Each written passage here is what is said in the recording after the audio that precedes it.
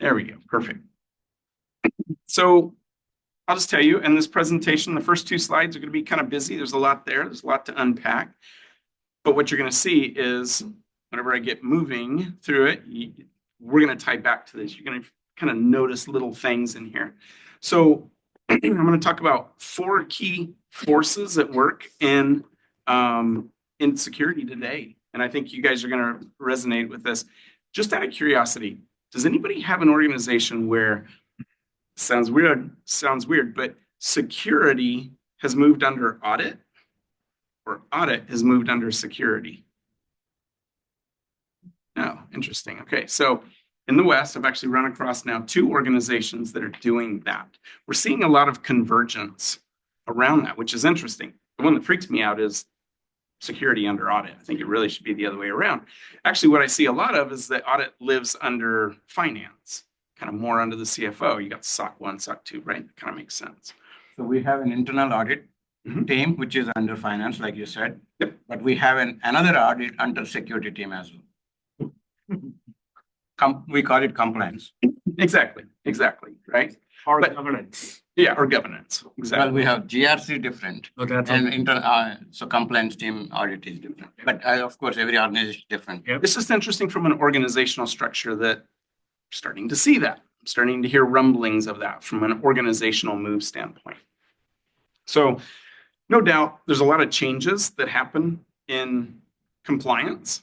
I don't know if you guys have noticed, but PCI changed recently, right? We always feel like, hey, we finally got this thing satisfied and we move the goalpost, right? Everybody deals with that. Well, most recently the PCI changed. Now we have customers calling us saying, hey, listen, we have to meet that new requirement. Guess what? So do we. The other thing that we're seeing is growing complexity in just attacks in general, both speed and impact. Okay, they're coming in really fast, and the blast radius is just a lot bigger than it has been in the past. That's one thing that we need to start obviously focusing on and working and try to be proactive instead of reactive. Tech disruption, workflows are changing. The ways that we're having to do things, the new PCI requirements, that's going to change some things. We're going to have to adapt, right? In security, we're always adapting. The emergence of security platforms. So you're going to see this in several places through the presentation and especially at the end, where we see ITDR or identity threat detection, response, or remediation, as some folks like to talk about, as well as ITSM. So your ServiceNow, your Jira's, et cetera, right? And OT, right? Your operational technology, as well as identity. So we're starting to see kind of more of those things kind of joining forces, right? And then from a data layer standpoint, we need to be able to exchange data. Yeah, you had a question. Go ahead. ITDR stand for? Identity, threat, detection, and response.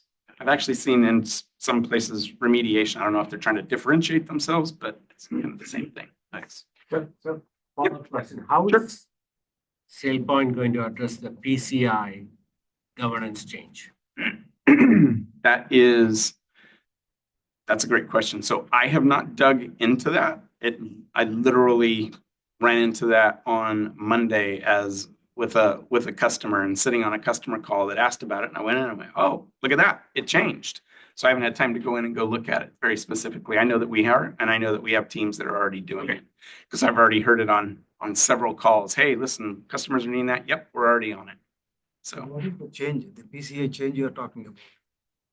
There was a change in a requirement for PCI specifically, but I don't know what it was. PCI DSS4 is effective now from 3.0. So just like 2 and 3 and 3.2. The new version of okay. It's the new version of it, but I don't know what they're specifically asking. A few other requirements changed, and then they would those kind of simple changes.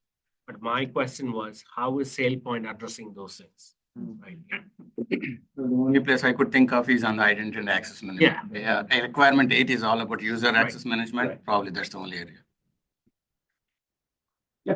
I guess, yeah, so speak on that topic of IAM, how is this, I guess, involved in these four key forces at work? Yeah. Identity access management. Oh, absolutely. Yeah. That's very much a part of it. I mean, so IAM is, kind of say the front door of Right, right. your SSO where people are getting access to various applications. Well, it's not just people anymore. There could be non-human identities. It could be service accounts. It could be all sorts of things. That's absolutely kind of married. You're going to actually see it throughout the presentation. Okay. We'll be talking about it. Cool. Okay. Yeah, so IAM is absolutely there. Access management as well as privileged access management, right? So you can't just go, oh, it's just access management. No, no, There's a no. lot Privilege more stuff to it. really matters too, right? So you'll see that. And actually what you're going to see is a lot more of there has to be a lot more partnerships. We're just all just exchanging data, right? So, if in IAM we're assigning specific access to an application for an identity, we need to know what entitlements. They can do this, they can do this. Yeah, they can go out and go see their paycheck, but that doesn't mean you get to write your own paycheck. That would be cool, but they don't get to do that. The other thing that you're going to see is, and it's titled Identity Reimagined, and I use the word explosion of machine identity. Anybody in here dealing with a lot of machine identity? Okay, it's coming. Mhm. It's coming. It's crazy, really crazy. There's a large auto manufacturer that obviously they have a lot of machinery. They have a lot of sensors. They have a lot of machine identities. That old saying, you don't know what you don't know. Okay. So we asked them to just kind of give us a ballpark as to what you think that you have from a machine identity standpoint. Yeah, go ahead. Just gonna follow up. Yeah, please. Is that like asset management that you're trying to do? Almost, yeah. Yeah.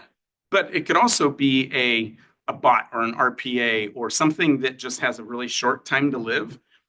But those identities have specific access and need specific access and just in time and all of that, right? So you might want to track it like an identity. We'll get into that in a little bit more, but through this conversation, they guessed somewhere around 25, 50,000 identities is what they expected. We went through our systems. Okay. Last time I gave this, it was like a gasp in the room. 508,000. Know what you don't know. So think about risk. Okay.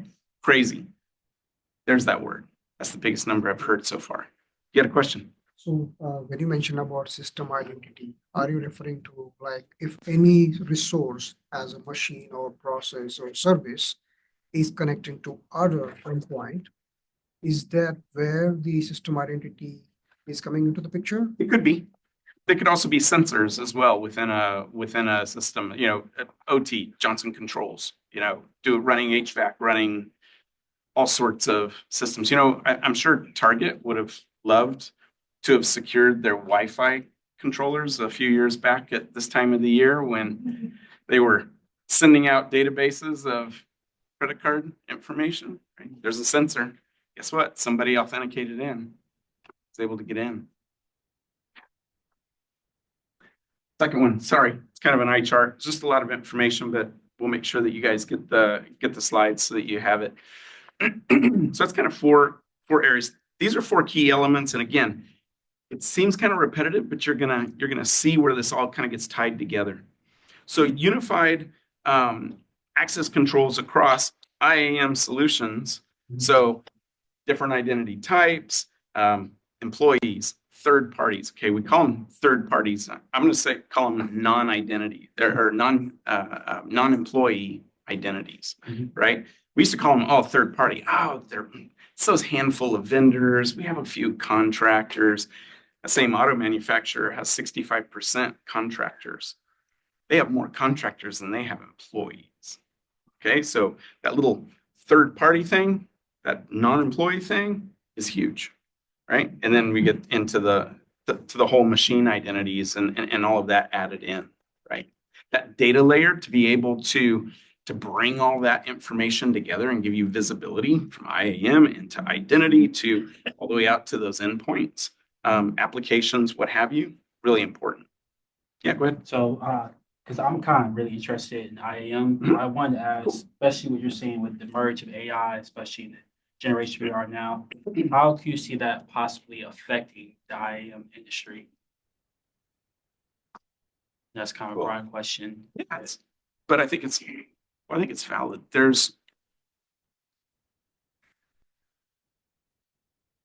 have an answer for you, and I'm going to give it to you in a minute Okay. because I have a story to tell. And I think it's going to line up with where you're going. Okay. Okay. Because I think it's a big deal whenever you start talking about, hey, these people need access. Well, what do you do when you have a really large number of people that need that access? In this case, this company was rolling out an application from the West Coast to the East Coast. But who wants 15,000 access requests and 15,000 approvals? Not me. There's where your AI is. But yeah, we'll get into that. And then dynamic trust models where, and I love the fact that you have a zero trust certification. That's actually really slick. If you think about it, I'll say 10 years ago, was anybody really kind of talking about phishing? Right? Okay. So 5 years ago, we kind of talked about phishing. You guys talk about it like every quarter, right? You've got, compliance says, hey, you need to go and pass these tests. And then, we get phishing emails that, whether to see if you really are, scanning that link to make sure that, it goes where it's supposed to go, right? It's like breathing. It becomes a lifestyle. Well, that zero trust now, it used to be this great buzzword a few years back that everybody wanted to talk about it, kind of like with cloud. It was this great buzzword, but no, this is a legit thing. And what we're starting to see is that this is going to become a lifestyle, right? And so, especially with more mandates and that organizations are putting in place.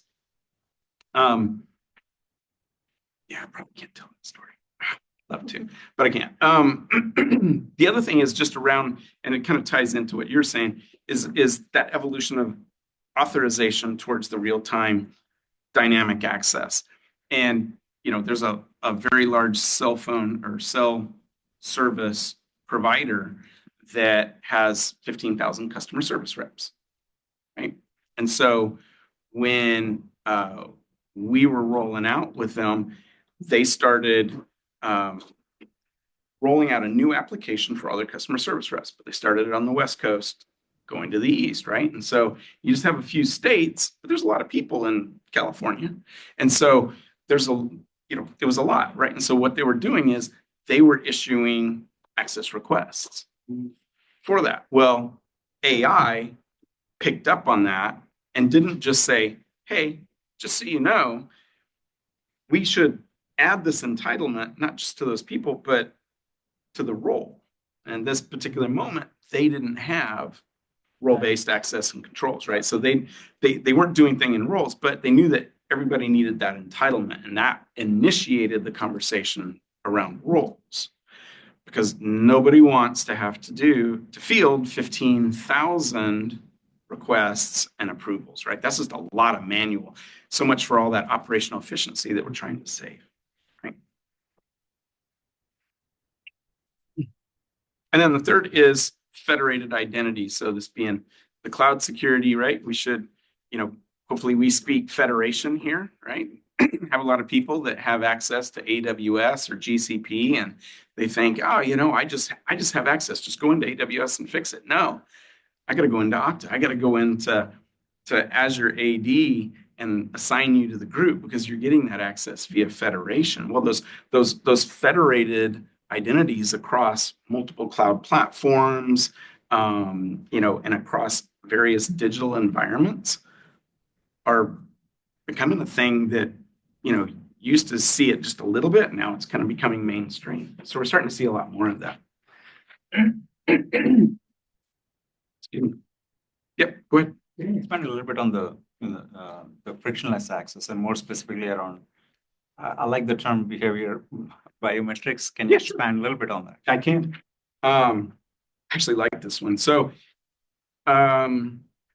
passwordless. Anybody here using real passwordless? Now, I'm not talking about holding up your phone and going, "Hey, it's me," right? I'm saying real passwordless authentication to a desktop or a laptop. No, okay. I'm just curious. I'm going to roll the clock back to 2004. To a laptop, so Max Cello.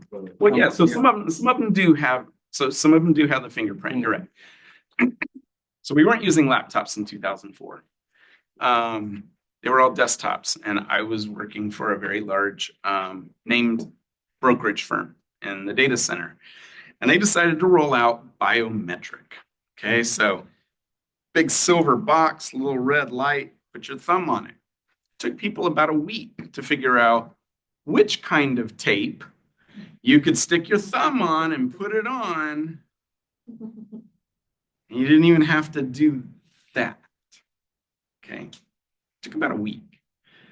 I say that because you could literally go up to anybody's desk and just hit the enter key and you were in. It's not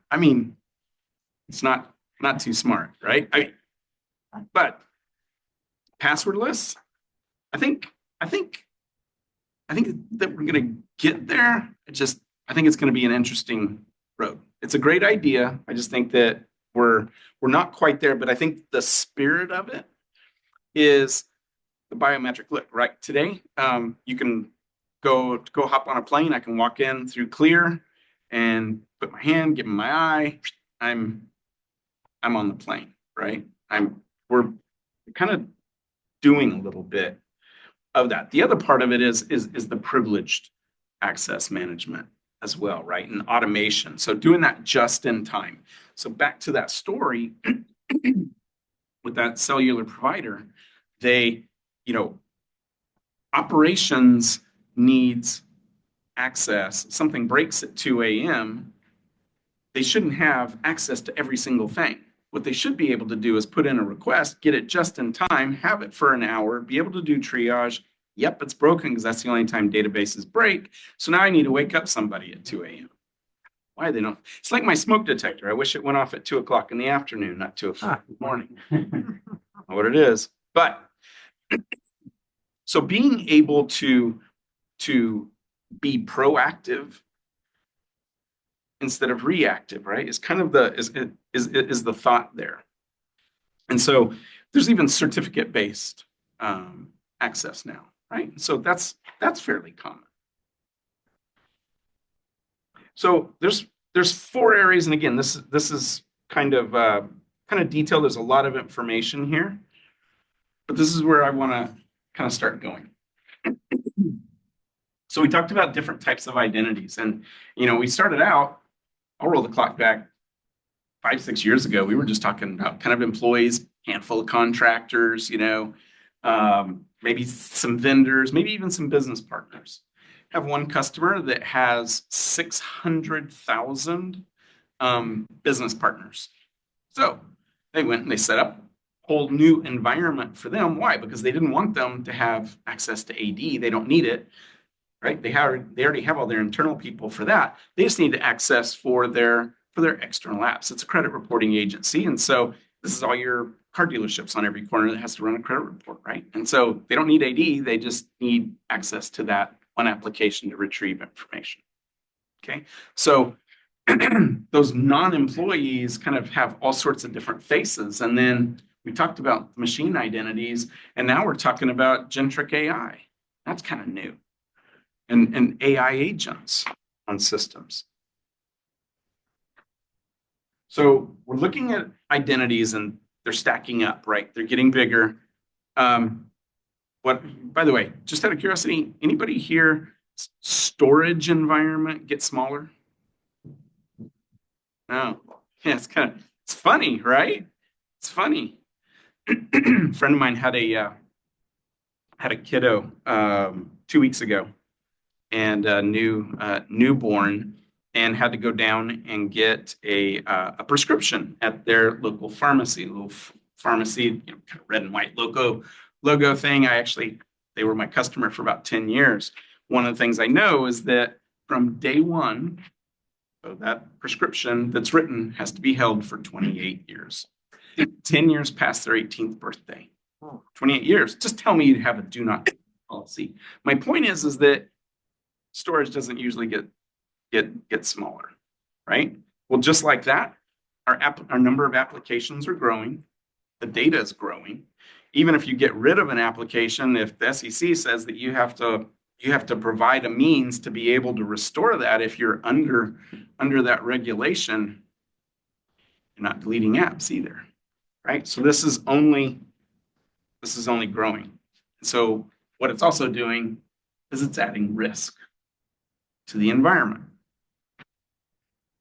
Forget about the fact that in COVID, we took everybody's workforce and sent them to the wind. Some people are out on boats. Some people are just sitting at the beach. I don't want to take my work laptop. I'll take my personal laptop. And so now you have people bring your own device and trying to be productive, right?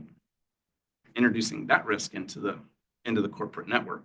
So not a unusual stat at all. 90% of organizations surveyed experienced an identity-related breach in 2023, and 40% of them have a comprehensive identity security posture. So that leaves a big gap. The point here is that identity is at the center of a monumental shift in the way that enterprises are secured. So we already talked about the speed and the impact, the explosion in cyber threats. If you guys are ever, kind of watch the graphics where, you get to, looks like kind of missile command where everybody's, doing the attacks going back and forth, right? That's only getting bigger. Needs actually a lot more bandwidth than it did a year ago and 2 years ago to actually even build that map. And forget about all the data privacy requirements now that we have. Quantum leveraging quantum computing to go encrypt all of that and secure sensitive data. Kind of an interesting approach.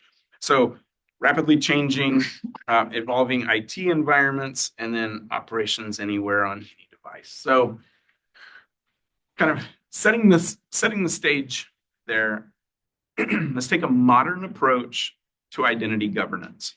So we need an environment. We need to be able to build a program. So again, kind of like zero trust, kind of like the phishing, right? This isn't a project. This has to become like a lifestyle, right? This just becomes part of good security hygiene is just kind of woven in and out of every part of your day, right? I mean, it's good. It should be good awareness, right? We all kind of are wired that way where we're a little more sensitive to that. So dynamically adapts access as your organization changes back to, as things are happening, we need to be able to respond and be proactive in that, assuring a high degree of security, obviously, and accelerating results for your organizational goals and objectives. How do we do it? We're going to leverage AI and machine learning to do it. Okay, and so we take it from the traditional proactive, hey, thing broke, I need to go fix it, to, hey, guess what? I can see that 20 people out of this organization that all have this title need this. Should I just add the entitlement to that role or to everybody into that department or everybody with that job title? Yeah, that'd be great. Great. I don't have to worry about it. Had an organization that changed out copiers, huge organization, 100,000 employees, lots of on-site in these companies, a global company, but they got rid of one brand X, to brand Y of all their copy machines and printers and all that. So they had to go change out the drivers, something really theoretically kind of simple.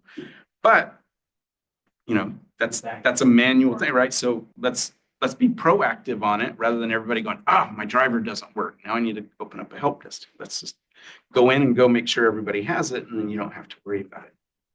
Again, a little different approach. So as we talk about automation and autonomous identity security, we've talked about lots of different flavors of identities. We've talked a little bit about the different resources. You know, we didn't really talk about APIs and how APIs need access to, you know, your SaaS and your platform as a service, right? But as we kind of dig into these points, one of the things that is consistent is SOD, or segregation of duties. Okay, and where we have very clear, so the auditors would call it a toxic combination of access. If you're part of a publicly traded company, you probably have Sarbanes-Oxley as a compliance requirement. A simple example is accounts payable and accounts receivable be under the same person. Okay, and so there needs to be separation there. Well, what if they have multiple cloud environments and applications across them? That policy needs to be the same regardless whether that's on-prem, whether it's in AWS or GCP or Azure, right? You need to, if it says that I can't have that combination of access, that needs to be everywhere. It can't just be in that one place, right? It also needs to be the system of record for policy. Yeah, go ahead. You have a question. Go. Yeah.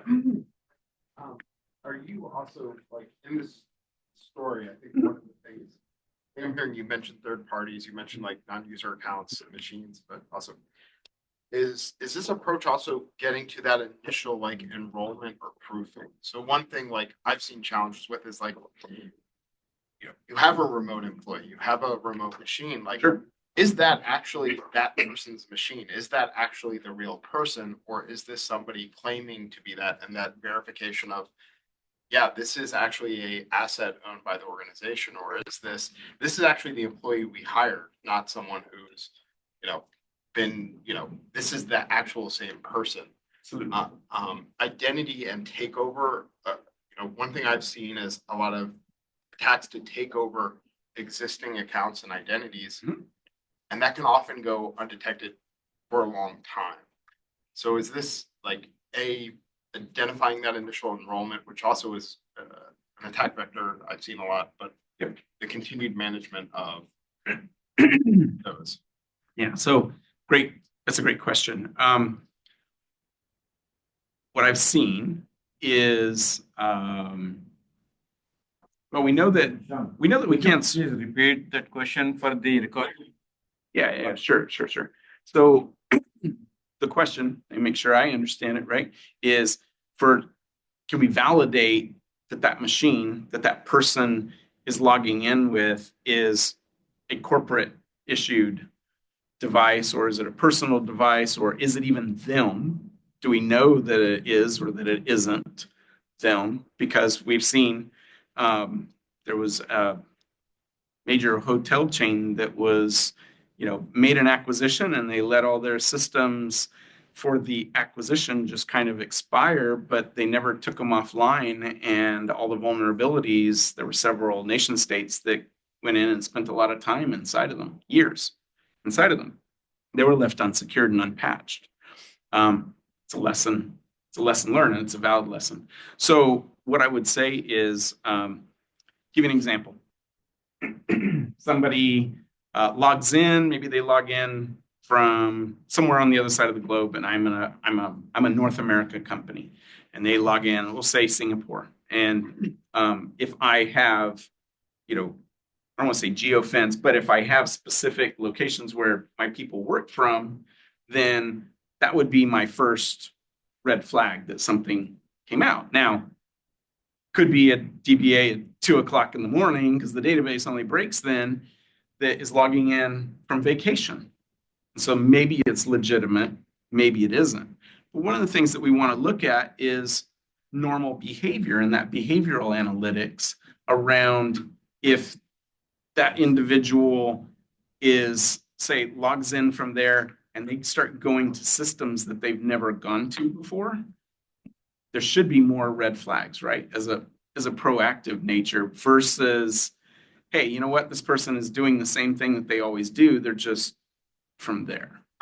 I think like another element of that is also like when we talk about like a third party vendor, like being sure that Like that person portraying themselves as the copier company. Yep. Is actually from that company, and it's not someone who happens to have access to somebody's corporate email account for a day because they phish somebody, or the registration of identities because someone's taken over a domain name temporarily. Those sort of Fair. And that could be even at the device level. Like, is the what's perceived to be an employee registering their device, is that actually that person's legitimate device? Yeah.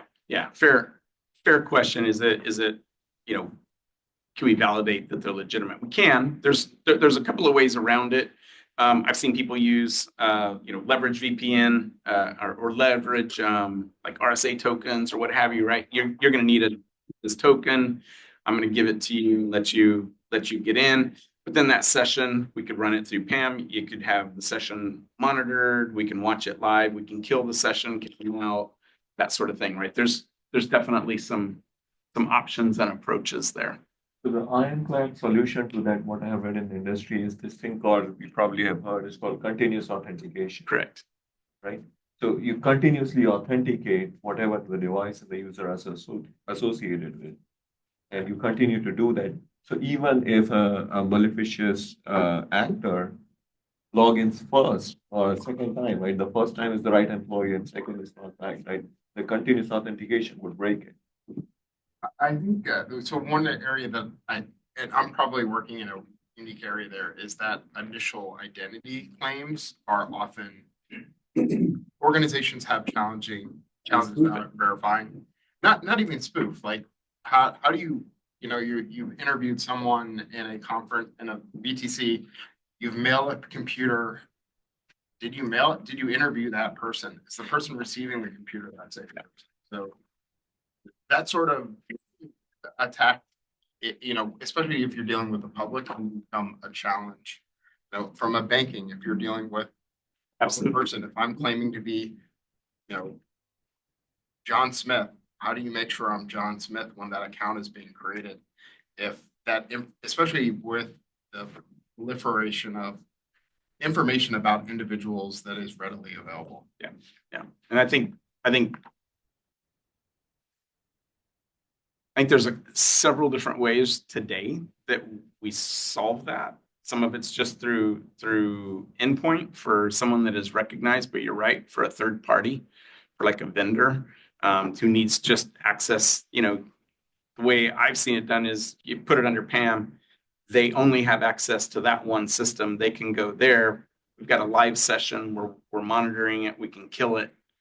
But you also have your typical behaviors, right? You see them kind of going down the wrong path. You can pull the plug on them. But you're right. Some of that is that. The other part is leveraging tokens through operations. Something breaks and they're having to go through operations and they provide them that duo authentication or whatever to be able to get in. Thank you. Yep. Good question. So last point I really wanted to focus on this, and then we'll kind of get a little bit deeper, is leveraging AI machine language platform and expanding governance to the data and the user behavior risk, which may be going a little bit into the area that you're talking about, where we can get smarter about, because it's just really, really difficult to, if you have 1,000 identities, we'll keep it small. You have 1,000 identities, but they have hundreds of entitlements. Which one looks out of place? Which one's right? Which one's wrong? It's just hard to see. Okay. And that's constantly growing.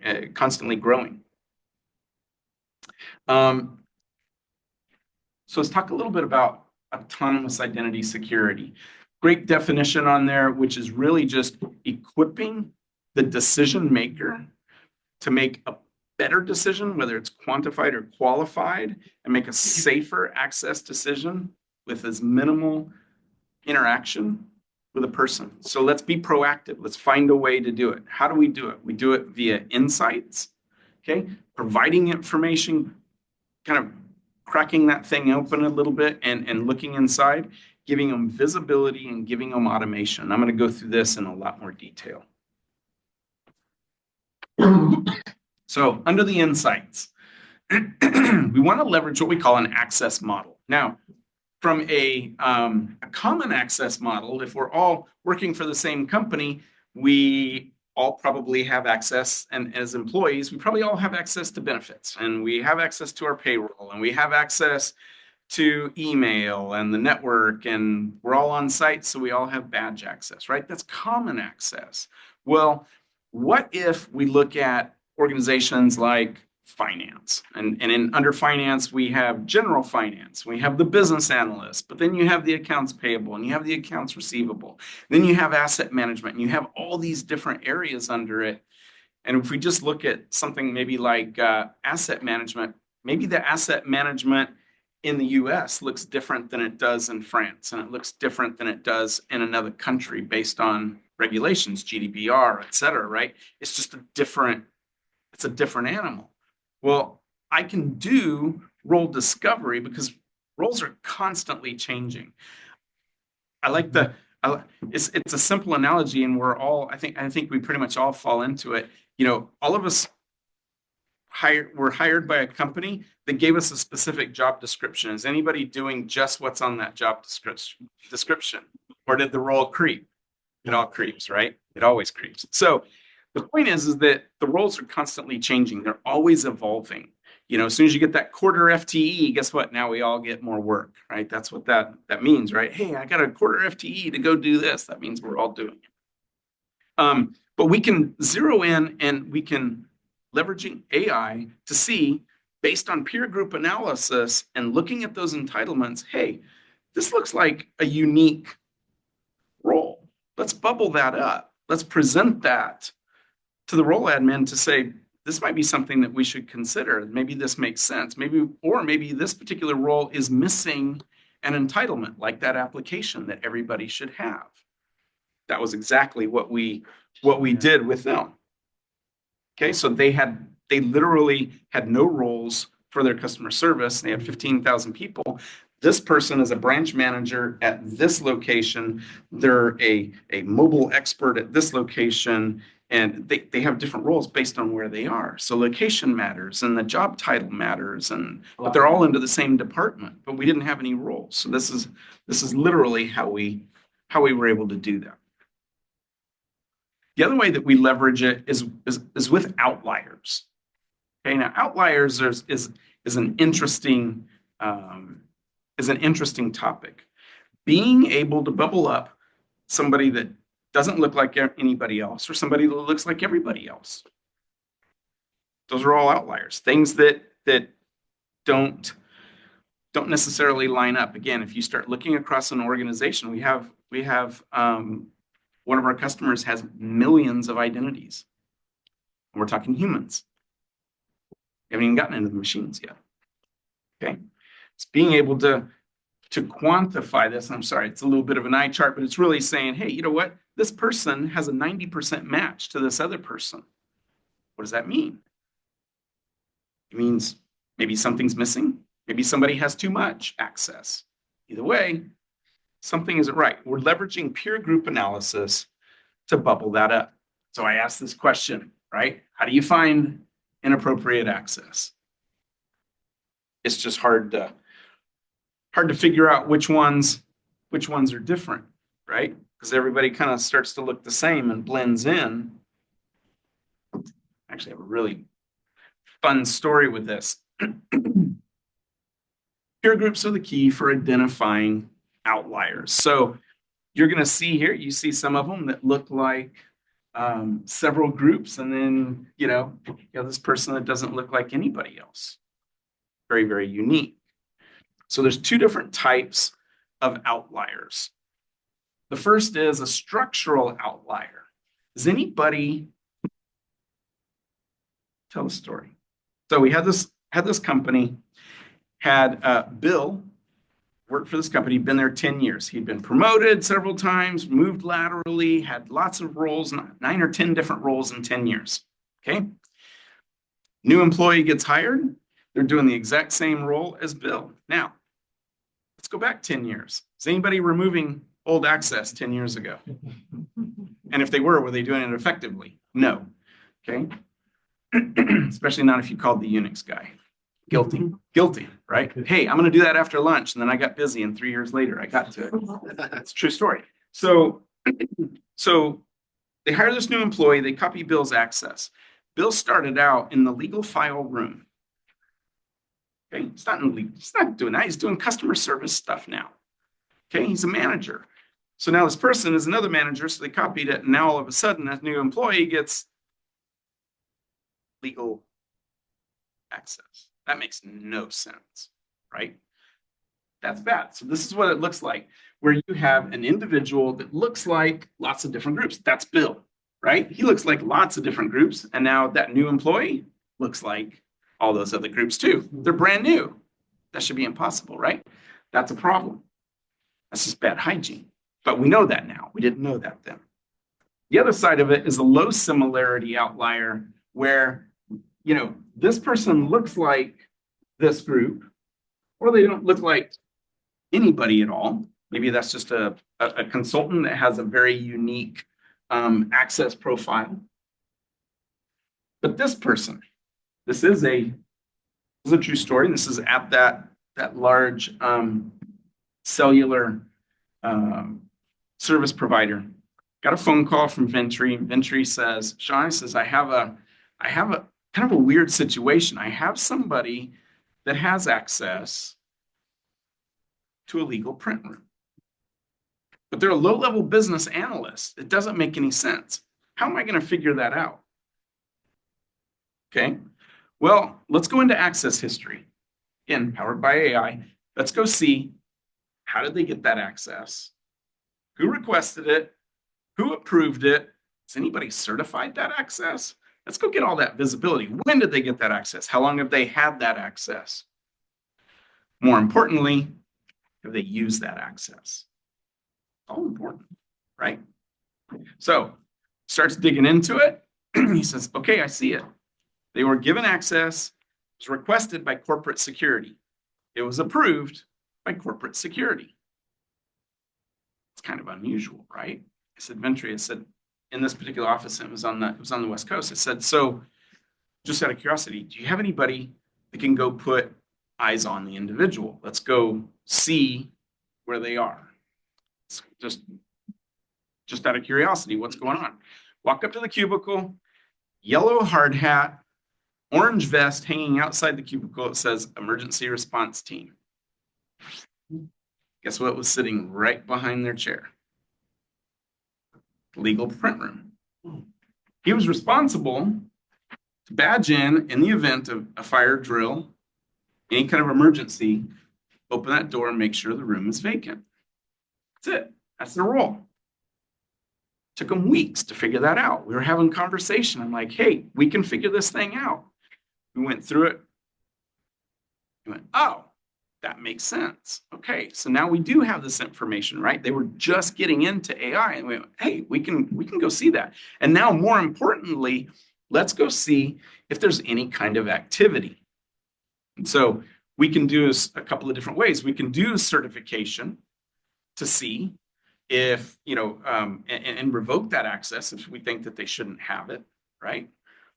Or anytime that a new entitlement is added or a job change happens, let's go start a new workflow and let's go have a certification campaign go to make sure that when that new employee starts, that they don't come with 9 years too much access. Okay. So when we dig into that certification campaign, yeah, go ahead. I have a question. And this is a challenge I've seen organizations deal with, is that in some environments, right, the access is defined at associated with the identity, but in some other cases, access is defined on the data asset layer. Mhm. So, you look at Google, for example, that's not necessarily, you can't necessarily enumerate what a person has access to. Absolutely. Looking at their identity, you have to enumerate the resources. Yep. are you able to can you approach that holistically by both enumerating it at the resource level of what they may be trying to Through the- access as well as through the application and grabbing the entitlements and kind of build it backwards, like more Yeah. like attribute based. Hey, we have a sensitive document in Google, right? Someone's been granted access to that. You can't enumerate that from looking at the identity. You'd have to enumerate that from, this is the document, here's the important legal document that 5 people should have access to. You can only enumerate who has access to that at that document level. You're correct. Yeah. So you can holistically look at that from both sides. So you can look at it from the app at the app level as to who has that access, kind of pivot, right? So going from the identity, go to the access. Who has this specific badge access, or who has access to this file server or that particular directory? That's more of a data governance side, but we should be able to also see from the other side, being able to see, looking at it and see which identities have that access, and then have they accessed it? Just because somebody has access, if they've never used it, I would rather take a least privilege approach, remove the access and allow them to request it and be approved. So this is at the system level, not at the data resource. Yeah. And I'll just say, if you've ever worked with GCP, you know that sometimes it's kind of cryptic. You get a lot of alphabet soup in some of the things. You can also leverage generative AI or large language model to be able to build great descriptions for that. So I have several customers that are doing that. Another auto manufacturer was huge about that. Matter of fact, they spoke at Navigate, but had a conversation with them. They had 6,600 entitlements that had cryptic descriptors, alphabet soup, just a bunch of letters and numbers, and nothing really tied in. They leveraged large language model AI to be able to go build that out in just a plain English business language description of what it actually was. Just another example, but kind of a little off the related, but a little off the topic. So what I have up on the screen is and I apologize, it's really small for the folks in the back. I'll read it just to make it easy. Is a certification campaign with one particular identity. It's Barrett Klein. She's in asset management, and she has all sorts of entitlements, okay? And what we do is leveraging AI, and we have recommendations, whether it is recommended or whether it's not recommended. We do peer group analysis, and we can quantify that. So in this case, for this one entitlement, it is asset management. And we can see that it says 100% of identities with the same peer group have this access. This information had a high impact on the overall score. That's kind of useful, right? 80% of identities with the same job title have this access. Again, we're keying off specific attributes around those groups. Okay, we have a data science team that helps us build these algorithms and tie back to these attributes. 100% of identities with the same department have this access, but this information had a low impact on the overall score. I can quantify for each one of these entitlements based on peer group analysis. Now you'll also see, while we have this nice check mark, shows what's approved, leverage AI to bubble up the things, or not approved, but the recommended, bubble these things up that aren't recommended. And I think that's really important, is to be able to see what's not recommended and why. And in this particular one, Barrett has access to asset management franchises in France. Well, that's not important. What is important is why it's not recommended. 16% of identities with the same department have this access, and this had a high impact on the score. Okay. All right. So not a lot of people have it. Should we have it? Oh, maybe there's GDPR. Maybe there's things there that she shouldn't have. Maybe we removed it from everybody else and oops, we forgot her. That happens. Go in, we revoke it. Now she looks like everybody else. We have that peer group analysis. This makes sense. So we can leverage AI to make to simplify that and automate that process. So at the beginning, I was talking about partnerships and the ecosystems, and I talked about ITDR, and I talked about just how all the things have to be put together and work together. So something simple from we haven't been looking at the perimeter for a long time, but the perimeter is important too, right? As we have those, as we kind of bring in those concentric circles, to our most privileged information, right? Being able to leverage a partner for to detect something at the perimeter. Let's open up a ticket and let's have somebody evaluate, because we probably want a human to look at it, but maybe that data is going to Splunk or going to a SIM, and we're analyzing all of that data, and we leverage AI to bubble that stuff up. But we can also initiate a workflow within SailPoint that maybe we should just suspend that access, because we did see something kind of that shouldn't have come from that person that was in Singapore, because it wasn't the same person. The behavior, nothing matched. Maybe we should initiate that workflow and just suspend. We don't need to go delete the access, but we could just suspend it. Or we can kick off a workflow that says, I need to go do a certification campaign and make sure that this person has exactly the access that they should. And keying off an attribute change in the HR environment. So all these things kind of working together. This is how we automate identity security. And so with that, thank you.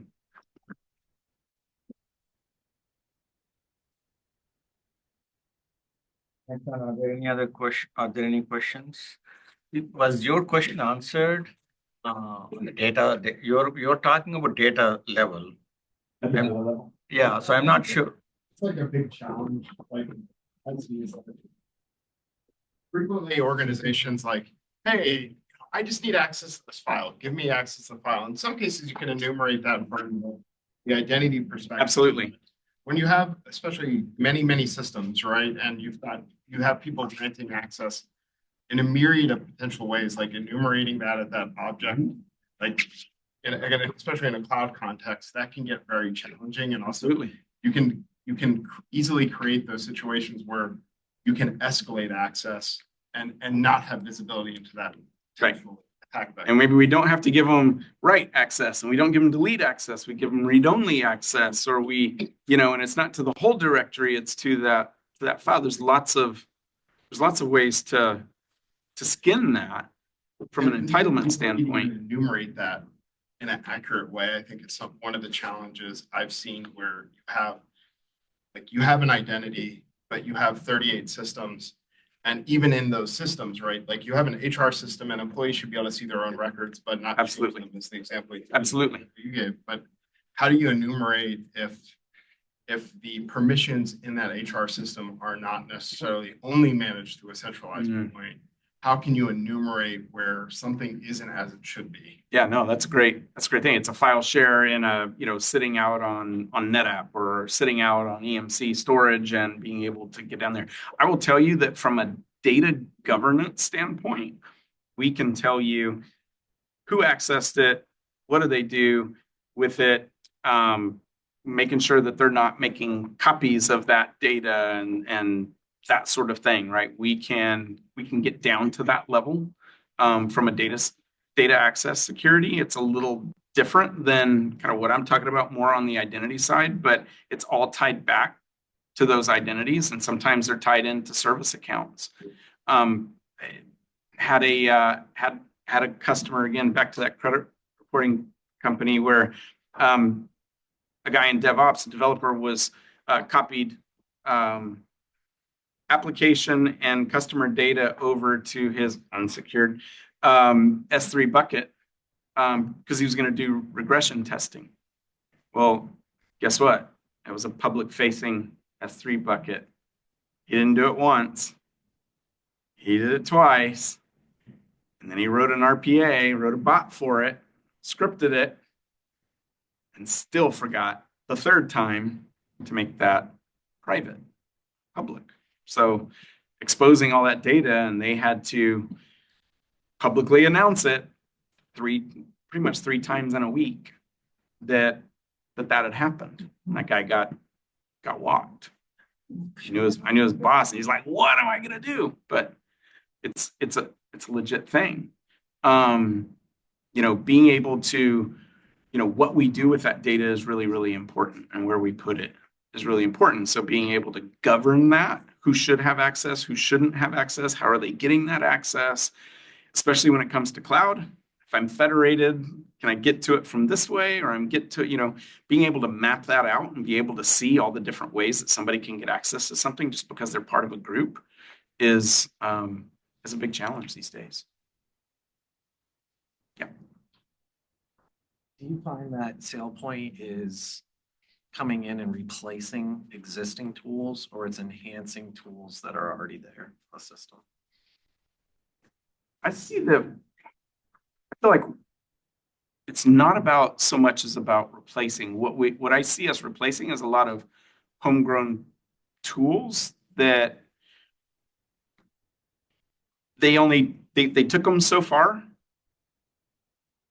but they need to go farther. Or it's an organization that wants to go public and they go, we have to check the compliance box. It can't just be we're compliant, right? A different car manufacturer having a conversation with their audit person, and this is the exact conversation. She tells me, she says, Sean, she says, I asked her, I said, how do you certify access today? And she said, I'll show you my spreadsheet. She pulls it up. It's 40,000 lines. She says, it takes me six months to put it together and 6 months to get it approved and go through everything. And I just asked a simple question. I said, on day 3, is it out of date? Yeah, it is. She says, but this is the best we have. That is what I see us replacing. Okay. But we want to play nice from an integration standpoint with over 20,000 integrations. We're looking to play nice. We were actually just talking about Okta earlier. We have a lot of customers that have Okta. We want that, right? That's what they leverage. Great. I'm not there to replace it. I want to be able to take that information and secure it, right? And not just giving somebody the key to the front door, it gives them full access, but every door behind that is locked. And that's really important. And a follow-up question is compliance the biggest driver right now for people to deploy SailPoint? Yeah, it has to be. Okay. Look, at the end of the day, it is, and I hate that phrase, sorry. Can't believe it came out of my mouth. That is what typically moves the needle for a breach. Yeah. Because what I find is that money matters and then money doesn't matter. That's right. So I was on site. I'll roll the clock back. 2015, I was on site with a customer, major energy customer out of Louisiana, that I was on site with the desktop team, and we were looking at desktop tools, and I was actually with Beyond Trust, and guy left for about 10 minutes, comes back in and says, hey, do you have a way to secure the home directories? What do you mean? They actually had it live. And then kind of let us in, we found out what happened, and then we weren't just talking desktops, we went organization wide. Because they needed to do more than just that, right? From that, 40 new positions in security were opened. They weren't taking it serious before. Money matters, but now money doesn't matter because the brand's at risk. Yeah, go ahead. I just want to add that most of the system designing were not done in a way for identity and access management in most of the organizations initially. Sure, you're right. I think compliance was the factor which pushed it. It drove it. Mm-hmm. To make it compliant in a way that it is safe for regulatory perspective as well as overall identity management perspective. Right. So I worked in a bank where initially there was no logical segregation between a developer and a production support person, meaning they have the access so they could actually deploy to the production. So one of the incidents we had was a developer deployed something on a Linux production machine, and we lost like $1 million in just matter of like, let's say 30 to 60 seconds. Wow. So that is got off light. Yeah, exactly. So that is the impact. So in order to fix that, when we run the audit, internal as well as external, these are the things comes up to say, hey, you need to have logical segregation. And like the gentleman mentioned about like, how can you make sure that I have a resource? It can be a file or it can be something.